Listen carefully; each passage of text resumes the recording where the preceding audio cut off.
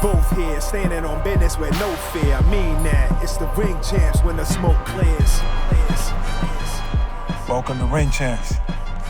My brother, what's going on? All right? Nice to meet you. All right. This is your seat over here. Yes, sir. What up, fight fans? It's your boy Ak. And I'm Barak, the boxing bully. And it's another episode of the Ring Champs. And today we have a Brooklyn legend joining us. I mean, in my opinion, he's the reason women fell in love with hip-hop. Brooklyn's own Big Daddy Kane. He's the reason we got guys like Jay-Z, you know what I'm saying? Like, real so many pioneer. cats. Brought that sauce to hip-hop. Grammy winner. Appreciate you. After all of these years, like, do you reflect on how impactful you've been to this genre of music? Like, do you ever sit and say to yourself, damn, like, that was really me? Like, I paved the way for so many people. I mean, I just look at it as a blessing. You know, as new artists come into the game and hip-hop changes, to still have a fan base after 30 plus years. And, you know, a younger generation acknowledge you, and then new hip-hop artists, you know, pay homage. I think it's, you know, that's a blessing. But there are some young artists that don't acknowledge some of the older legends. Like, how do you feel about hearing those artists speak, you know, negatively about, like, well, they're not relevant, or I don't know, you know, I wasn't part of that era? I mean, I don't blame them. You know, I don't think they know any better. The lifespan of an artist today is not the same as it was for us. Right. You know, during my era, the lifespan of an artist could be like, you know, 3 to 5 years. Today, the lifespan of an artist can be 3 to 5 months. That's crazy. Big difference. You know, so it's a thing to do that to keep yourself relevant. Right. So, you might ask one of them cats about someone that came out last year, and they tell you he's not relevant. No, they tell you he's not relevant. Yeah. Right. You know, because they're living in the now, because, you know, they trying to soak up what they can. Right. And, you know, what could be 5 minutes of fame. So if you say the lifespan was 3 to 5 years, how long was your run? I would say 4, probably 4. You would just say 4 years? And I mean, where I you still was- living off residuals? And Yeah. like performing and Yeah. still I going mean, around you the know, world. we still ended up with a big record in '93, and then, you know, stuff I did with other artists like Big L, Right. Premier.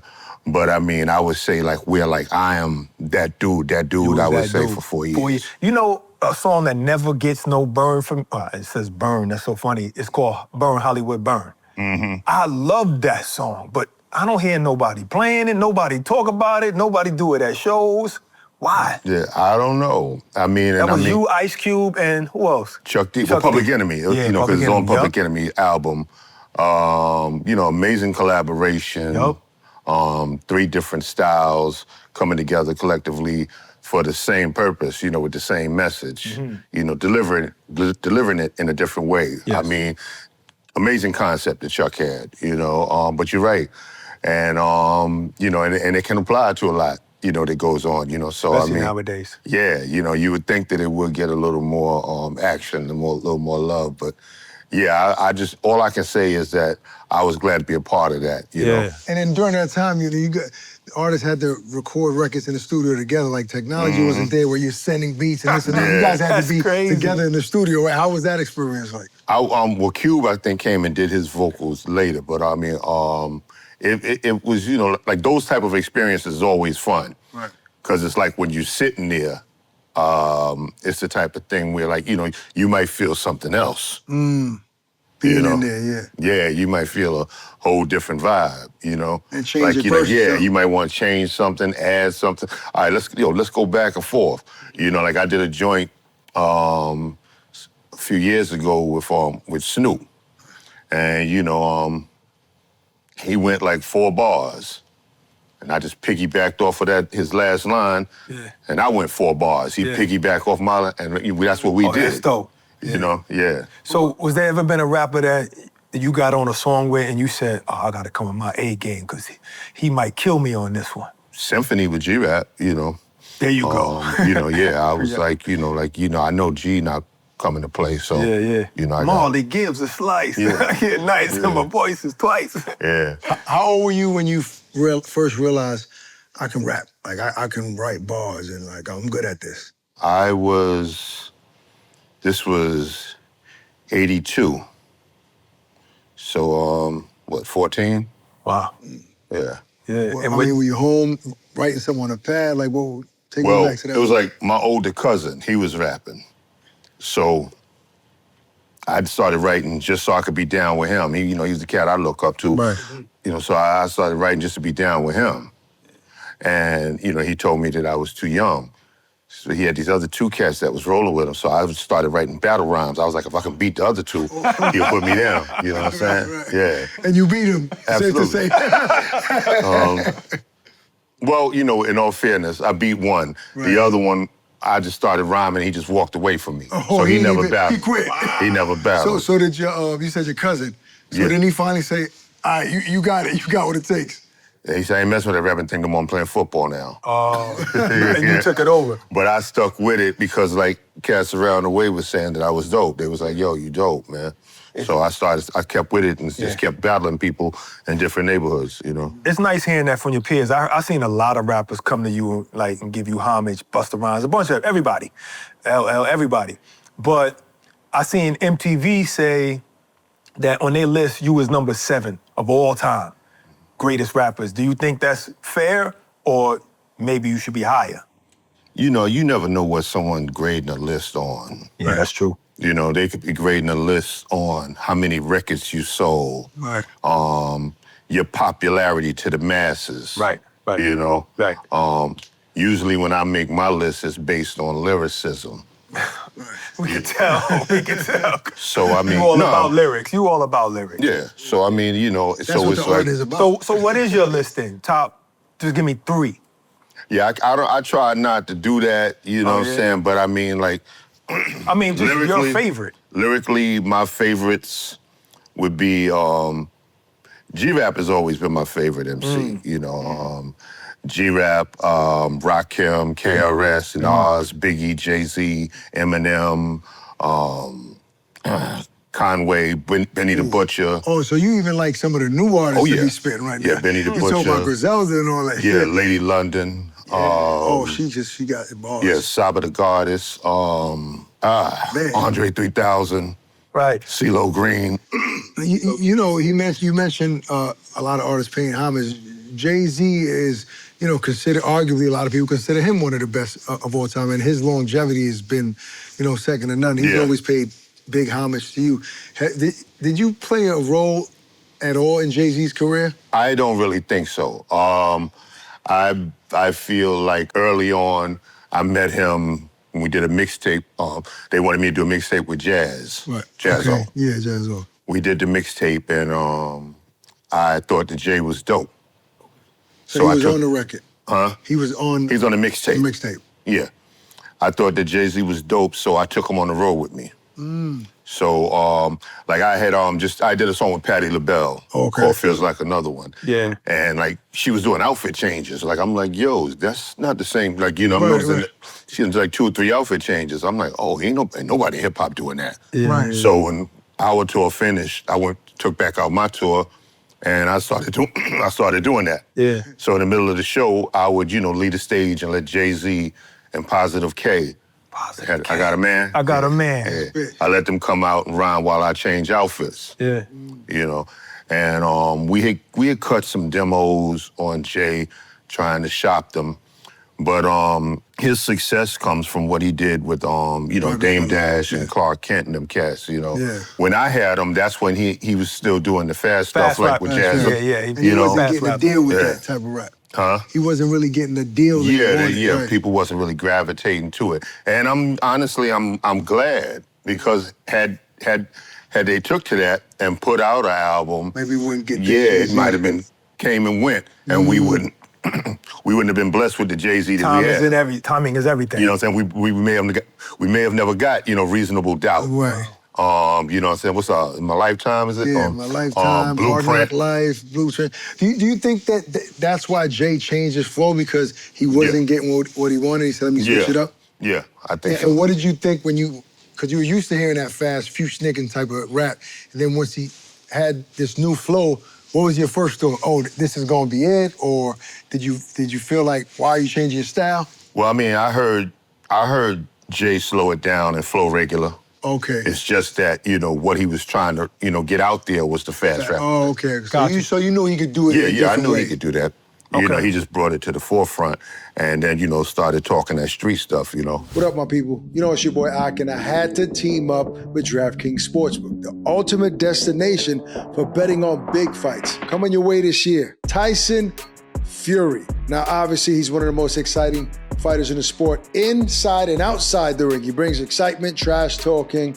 He's a polarizing figure. And he's making his return to the ring. He might not be fighting the guy we want him to see him fight, but it's very important that he looks good and wins this fight big. It looks like this to the boxing world. Tyson Fury's gonna come out, win big, and we're gonna get a big fight announcement that is going to say on the headlines, Tyson Fury versus Anthony Joshua, biggest fight in Wembley Stadium. It's going to be crazy. So we need to see him look good the next time out.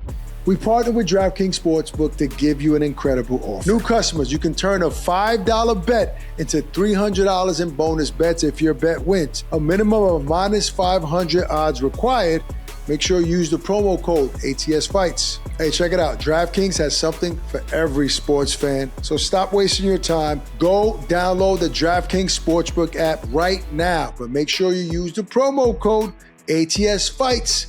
Level up your fight night experience. What up, fight fans? It's your boy Ak. And listen, for those who know me, you guys know how much I love coffee. And I get my day started at 4:30 a.m. I cook breakfast, I get my son ready, so my energy level has to be at an all-time high. And honestly, the only thing that really gets me through the entire day at that level of speed, Throne Sport Coffee. This gets me through the morning, through the afternoon at work, and then in the evening when it's time to hit the gym, I still have energy throughout the entire day.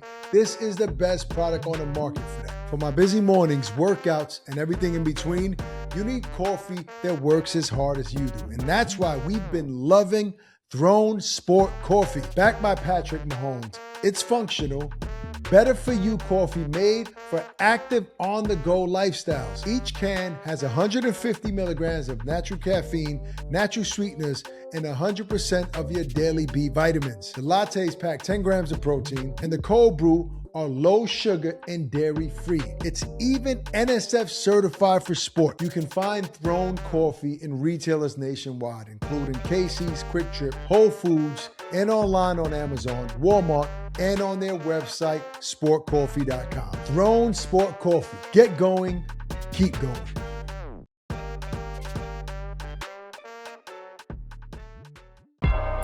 You know how in boxing they say, it's not like the old era. The 80s was the best era in boxing.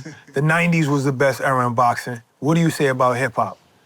Well, I know a lot of 50 plus people that feel like the 80s was the best era in hip hop. Yeah. I know a lot of 40 plus people that feel like the 90s. I get you. You know, I know a lot of 60 plus people that feel like there should have never been a record deal.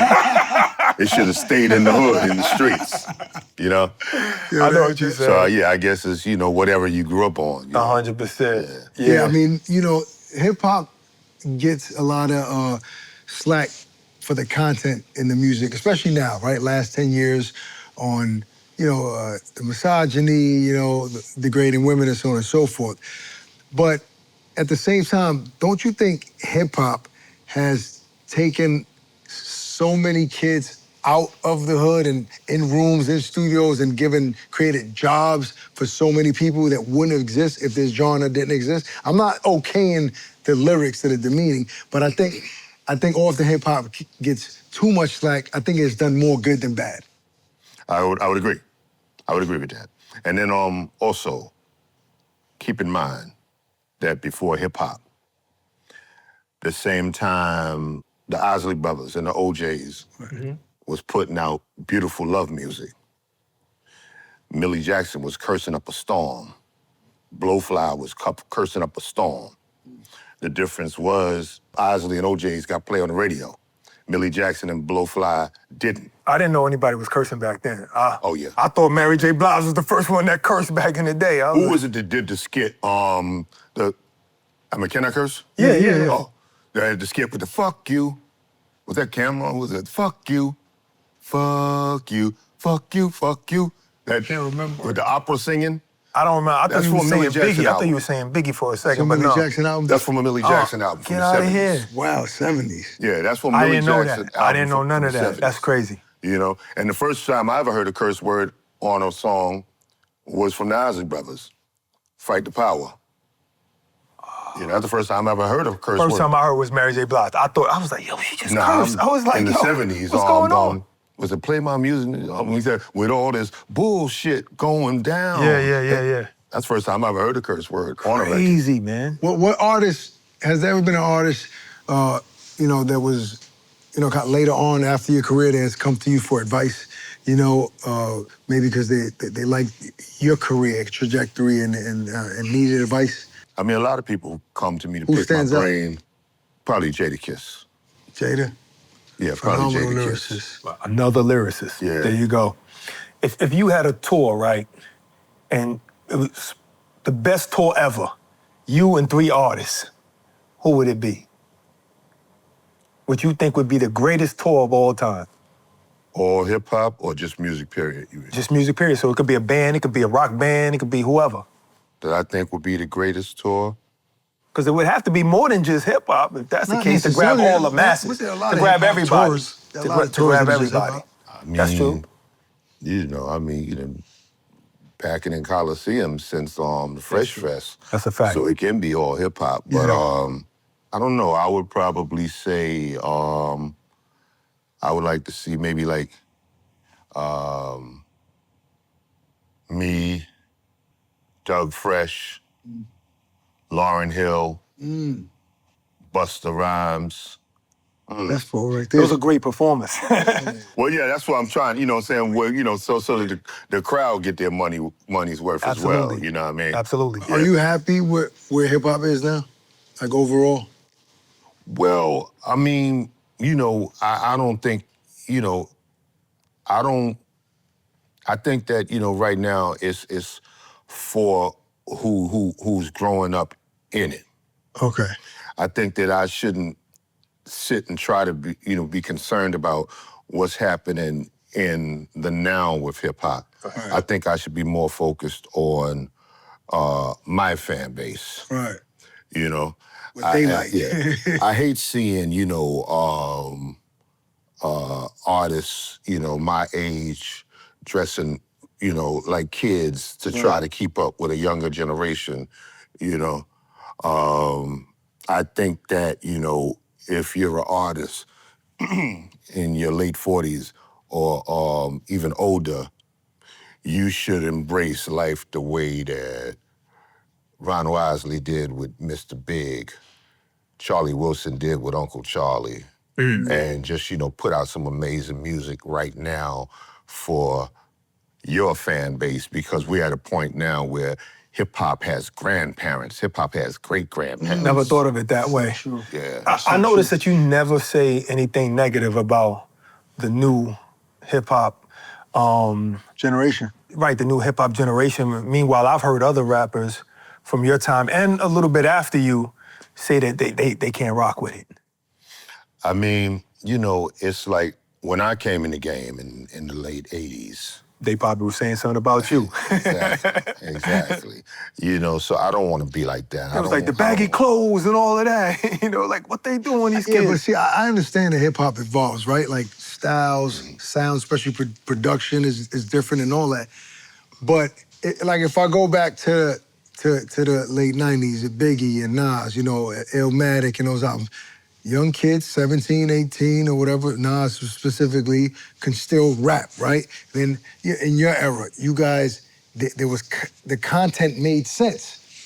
So it's evolving, but so much of the lyricism doesn't exist now. It's just about a TikTok dance, and I'm not throwing shots at all artists, because there are a lot of young ones. So it's almost like that's not important anymore, what you're saying, only the production.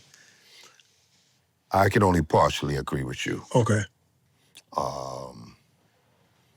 I feel like the lyrics are there. To me, the hottest album right now is Conway's new album. Oh, yeah. What is it? You Can't Kill God with Bullets. Is that the name of it? Am I saying I it don't right? know the name, but Conway is nasty, yeah. That album is a masterpiece. And that's why I was saying not everybody, but Lyrical all the way through. Right. You know what I'm saying? Right. The singles that Lady London dropped. Bars. yeah. Ridiculous bars. Okay. So they are there. There are some there, yeah. And who's the conscious rapper from New Orleans? Oh, with the locks? Yeah. Oh, you know the guy forget that's his preaching name. the real positivity. Yeah, I know. Forget his name. I don't know his Forget name, his though. name. Right. I know what you're talking about. I see the video. Like, I have so much respect for him because he just building his movement. I'm watching it grow and grow. Yeah. And, and he's staying. He don't waver from his plight. Yeah, man. So it's there.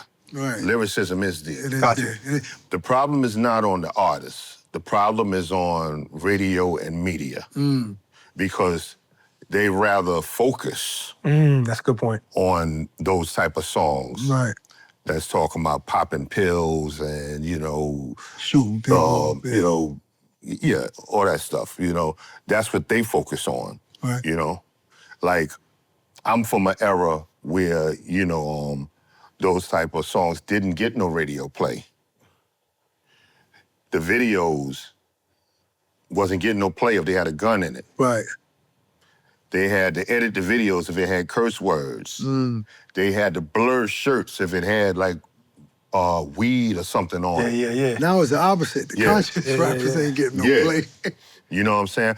But even though this was going on, NWA sold plenty of records. Right. You know what I'm saying?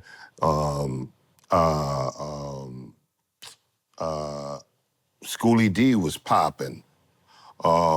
Ice-T was selling records. So they're Ghetto Boys. Right. Uncle Luke Skywalker, he was selling plenty of records, but they wasn't getting no radio play. Yeah.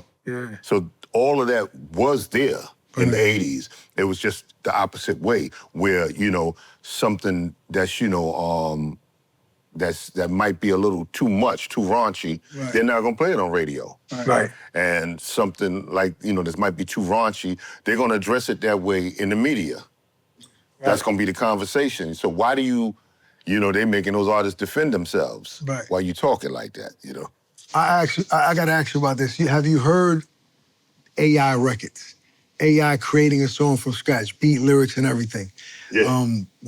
I mean, isn't that scary for just music in a whole? I think that is very scary. But I think that it's something that artists can't complain about. They're either going to have to embrace it or do something to change the narrative. That's all you can Because do. you see, right. the way I see it, I envision it like this. You have, a process that can create an entire song, Right. like a producer, like a writer. Right.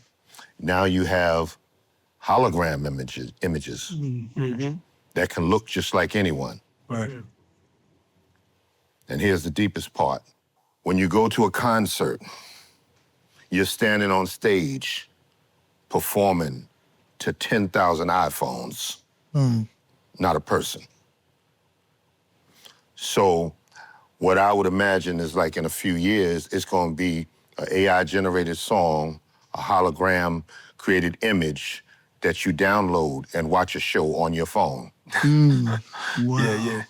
That's what I No real predict the future connection. is. No, because that's basically what it is. It's going. And it's like the only way I think to change that is like the younger cats of today, they need to really, really start putting on stage shows and do what mechanics can't do.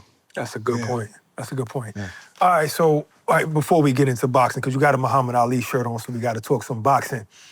What was your biggest song? Smooth Operator, Ain't No Half Steppin'? Half-stepping. Ain't No Half Steppin'. I would say that's the what I iconic Big Daddy that's what I Kane said. song. All right, so let's talk some boxing. We were just talking about earlier about, we were comparing hypothetically Floyd Mayweather to Terrence Crawford, right? Because since Crawford's big win over Canelo, people are making that comparison a lot. If those two fighters were to fight, right, in their prime, a fantasy fight, who wins? Who wins? I don't know. I mean,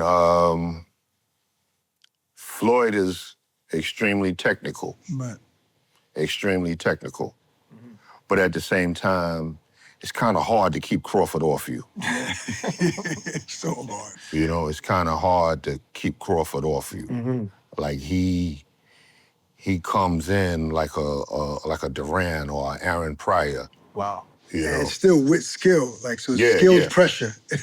Well, yeah. Well, I mean, in my opinion, yeah, with more skill than Duran or Pryor. Right. You know, but I mean, that's the way he comes in. Yeah, but he does have that Pryor type of mentality. So I mean, I saw Shane Mosley hurt Floyd. I saw Zab Judah hurt Floyd. So I don't know. What big fights were you ever at? A lot. Lewis and Briggs. The second Ward Kovalev. Oh, yeah. Really? Yeah. Oh, wow. Canelo and Triple G or? nah, they're just two brothers. He fought one of the brothers. Oh, Liam Smith or Callum Smith?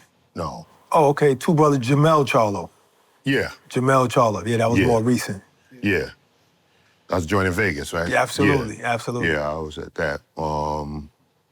I can't You've remember. been to too many, A huh? lot of fights. Which fighter would you like to walk out? If a fighter call you and say, yo, Kane, which fighter would you like to walk out? Someone that I know gonna win for a fight. Heavy favorite. Somebody I know he gonna win. How did on the radio blaming me for the loss. Like when Eminem walked out Bud, that was safe, even though people thought, Spence could have won that fight. But that was a good walkout. If I'm not mistaken, Mark Breland, who's a Brooklyn legend, Olympic gold medalist, he was in one of your music videos. In Half correct? Step. In Half Step. How did that come about? I mean, like you just said it, Brooklyn. That was a Brooklyn connection. Yeah. Great fighter, Mark. Oh yeah, great fighter. Cool dude. Great dude, man. Yeah. I remember one of our last conversations, man, Yeah. What'd y'all talk about? This is when he was still with Wilder. Oh, he was training Wilder. Yeah. And remember, how did you feel about that whole debacle with Wilder blaming him, saying that he spiked his water, that he was in on it, on the loss against Fury? I mean, defeat is a hard thing to take, especially when you're known to be a winner. Right. So, you come up with anything, in a situation like that. I think that sometimes you just have to go back and look at, everything, to see if you did something wrong. Right. I remember 1993, I had to do that.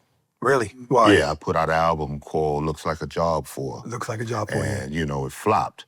And I sat there and called Large Professor, Izzy Mo B, the track masters, every MF in the book. Oh, you was blaming Said they gave everybody me else. raggedy beats and all this here stuff. I was blaming them for about a month. Yeah. And then one day I'm sitting there listening to this Method Man joint, and I'm like, damn, he behind the beat. I came to bring the pain, hardcore. No, it was something else. Yeah. I'm like, he behind. Damn, he behind the beat. Yeah. 'Cause I'm like, we didn't rhyme like that. Yeah, that's you true. know, I'm Yeah. like, I'm like, damn, like he really like behind the beat. And I listened to a couple other songs, I realized how much behind the beat, and that's when I realized, no, man, they gave you some hot tracks. You the problem, Kane. You rhyming like it's still 88. You haven't, progressed, Yeah. You haven't elevated with your style, It's something different that's going on, you know what I'm saying? You got to step your game up. It ain't them. And I mean, I think that that's something that, as a Deontay Wilder may have to really just sit and just look. Did that help you, or did you go on and Absolutely. create music? Nah. Once I realized what was wrong, I go in the hood, Brevoort Projects, Crown Heights, different, areas where, my little young hitters was, and, bottom like an ounce of weed and half a gallon of Henny, and we just have a cipher all night. And I'm just listening, you know, catching cadence, Right. seeing like, you know, what slang done changed. Right. I'm like, did he laugh when That's I smart. said you dig? Oh, okay. Oh, so that ain't cool no more. All right, all right. You know? Oh, right. You was analyzing. Yeah. Doing your research. Exactly. Well, what good about Biggie Smalls? Did you interact with him at all, like when he was a new artist in Brooklyn at all? Nah, it was mainly Mister Cee. Mr. Cee. Right. Yeah, anytime I talked to Big on the phone, it was with Mister Cee with three-way, yes. Okay. What did you think about him when you first heard him rap? I thought Big was dope, but see, C kept saying to me, yo, you don't hear yourself? I'm like, no, but Big was talking on that gangster stuff. Right, Yeah. So I'm like, nah, I don't hear nothing that sounds, I'm like, I like him, C. I think he dope, man. What do you want me to tell you? Right. He's dope, Yeah. but I don't hear myself in him, no. Right. You know, and then when I heard the One More Chance Biggie. remix, I called C. My bad, dog. Okay, yeah. I see. Then you heard it. Absolutely. Okay, I see what you're talking about now. So you had influence in his style, obviously. Well, I mean, he said that. You know what I mean? Right. I can't, you know what I mean? He said that, you know what I mean? How do you feel about when him and Pac was beefing? Ah, man, I hated, seeing that, because I mean, I know, like the stories of Caz, Grandmaster Caz told me about, Cold Crush and Fantastic Five. I know how Roxanne Shante and Sparky D toured together while they was dissing each other. You know what I'm saying? I've seen Shan and Wow. KRS in the same room. What? So it's like, I hated to see, hip-hop turn into a contact sport, man, Snap. When the coast started throwing shots at each other, could you imagine that it can end the way it did? Yeah. Yep. Wow. Yeah, because I mean, it became the type of thing where, the West Coast hated the East Coast. The East Coast hated the West Coast. And it was a coastal war going on in hip-hop. It was. Because of what was a rivalry between Two men. Biggie and Pac. Yeah. I I mean, when Chronic was out, Chronic was an incredible album to me back then. But then we had Wu-Tang. Wu-Tang kind of saved the day. It was a battle. Even though we liked the West Coast, we had to like our home team more. Right, but how impactful do you think Pac was in hip-hop? Like, I mean, in his short... I think Pac was very, very impactful. Yeah. Very, very impactful. Many, many people idolized Pac. And I feel like a lot of people felt like he symbolized something special. Bigger than just music. Pac had he was a very, very powerful figure in hip-hop. I think if he would have really figured out, it would have been... Staying away from the trouble, you think he still would have been making music today? Probably, Did you have a relationship with him? Yeah. Yeah? Yeah, I've known... Well, I mean, my first tour, Pac, well, he wasn't there as a rapper. That's when he was dancing for Digital Underground. Yeah. So he was, the opening act on my first tour. Wow. And him and School with Scrap was together every night. Wow. Did people know he could rap back then when he was He dancing? came to me. Oh, really? Told me that he'd get ready to do his own stuff. He said it's gonna be a little different than, what I do with Digital. And, he kicked some verses for me. You like it? Yeah. I was like, oh, okay, he dope. I was like, yeah. How do you feel about when people say, if Big was around, if Pac was around, a lot of these artists wouldn't exist today? Somebody said that, like, somebody said if Big was around, Jay-Z wouldn't have been. I don't agree with that. I don't even know what that means. But I guess they're trying to say that if those figures are so big, they would have occupied so much space that it wouldn't have been room for more artists. Do you even see any credibility to that? When Michael Jackson was in his prime, George Michael still ate. Madonna was in her prime. Janet Jackson still ate. That's true. I mean, I think there's room. I mean, as long as you talented. Right. I mean, I think if Big and Pac would have lived, there would have been a lot of artists that wouldn't have made it. But I don't think that would have stopped Jay-Z. Right, yeah. I don't think that would have stopped Nas or, Right. Right. Yeah. Do you remember any bars from your first rap you ever wrote? Yeah. And how old were you? 14, he said. No, 14. yeah. You knew he was nice. Did you start at 14? Yeah. Okay, go ahead. Yeah, I mean, it was like, because I was DJing at first. And my turntables got stolen. You know, I wanted to do something. My cousin said he was rapping. I was like, I want to do it too. Right. But where your turntables get stolen from? My grandmother's crib. Oh, somebody broke in? Back in the Yeah, day, yeah, they used to yeah. break into your house. They broke into my house. We ain't had. How you Yeah. break into a poor person's house? Man, I don't so understand. you was hurt when you came home and the turntable was gone? Yeah, yeah. Did you ever replace those, or you just got into rap? You just said, I'm rapping now. Well, no, I never replaced them. Yeah, I never replaced them. Can we just hear a couple of bars from your first rhyme ever? This is the first time ever we gonna hear this. Nah. Big Daddy Kane. I've told Grandmaster Caz this story because it involves him. Right. Like, you know, I can't remember my very first rhyme, but I know like one of the joints that I wrote that I thought I was nice. Yeah. You know? And it went, I'm the Tony, the Tee. Your hands can't hit what your eyes can't see because I know the tricks and I know the trades and I'm sharp as a motherfucking razor blade. And I thought I was killing it. Yeah. Now, this is 1982. Right. Wow. You know? That's how, 1982, that was advanced from what other rappers at the time how they was rapping. Nah. I thought it was advanced. Oh. And then my man gave me this Cold Crush tape, and I heard this dude say, Grandmaster Caz, captain of the 4. Another nigga couldn't touch me if he had a rhyme store. Even if he had a plant manufacturing rhymes, he couldn't make them no better than I make mine. And I'm like... He said, let me go back to work.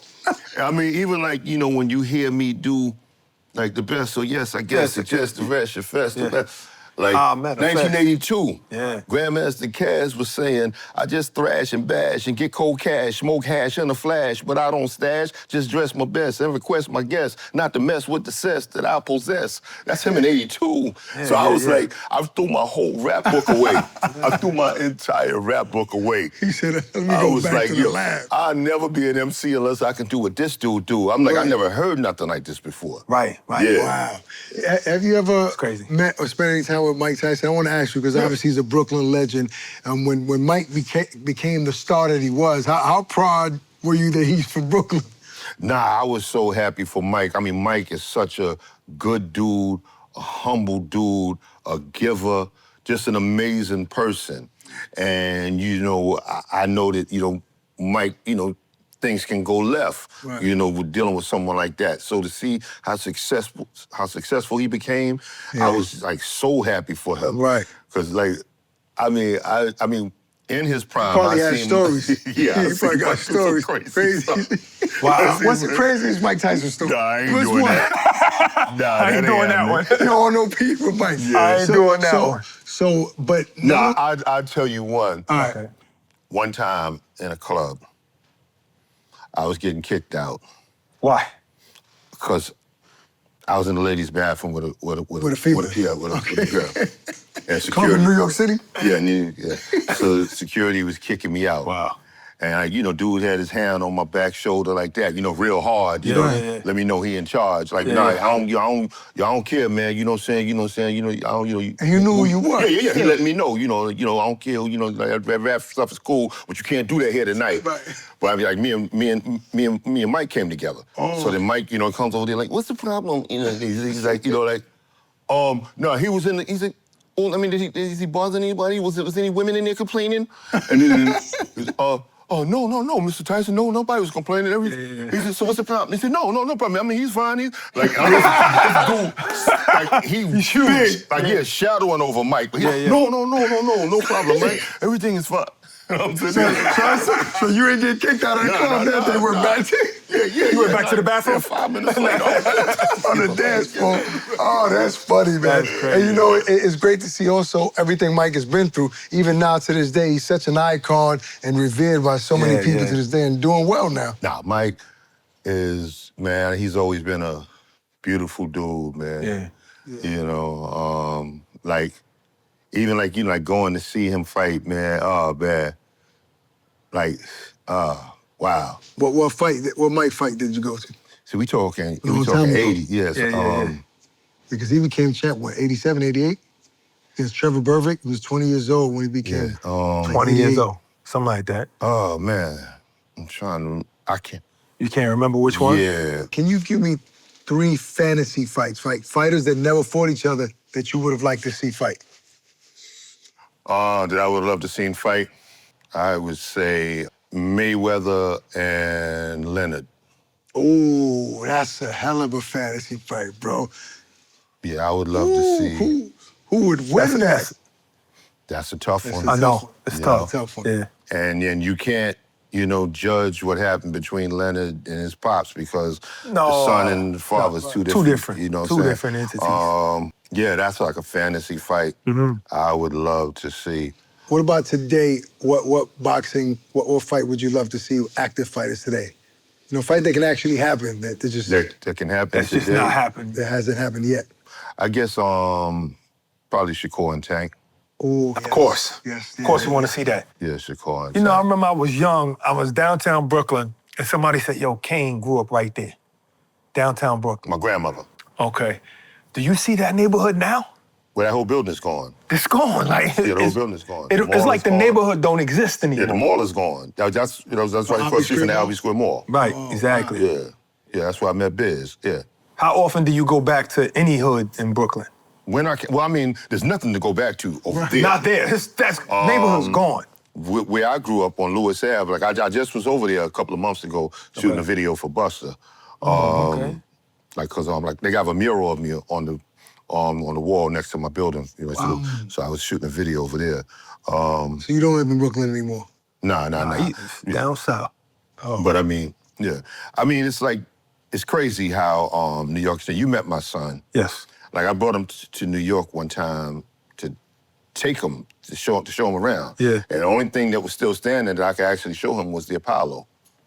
Like I had him on the Deuce, like looking at all the Disney stuff. I was like, and I see this is where we used to go see Kung Fu. There was nothing but Kung Fu and porno on this whole block, and we used to come here to watch 3 Kung Fu flicks for $1.50. And I was like, over here, there used to be a tiny little store where we'd stash our books and put beer in our book bag and go inside and watch the movie. And, I'm like, but it's all gone. Yeah. Like, over here, this used to be the pizza shop that we used to, but it's gone. Yeah, I think it was like a little bagel spot now, something like that. Only thing that was still there that I could actually show him was the Apollo. All right, before we get out of here, one last question. Who's the greatest fighter of all time? Ali. Gotta go with Ali. Well said. Well said. The Kane. Appreciate you. Back when I was doing battle rap, I used to watch this Ali video, Brain, Guts, and Skills, I think that's the name of it. I learned how to really get into my opponent's head. You know what I'm saying? By watching him. When he gave Floyd Patterson the carrots. Called Rabbit, You see, boxing influencing one of the GOATs of hip hop. Yeah, That's great. No, he was amazing though. Yeah, You know he get under your skin. Yeah, man. But it's like once you in someone's head, That's it. and it's like you can see it. I'm even in a rap battle. You can see when you're in their head. Right. You know what I'm saying? Appreciate you, King. For real.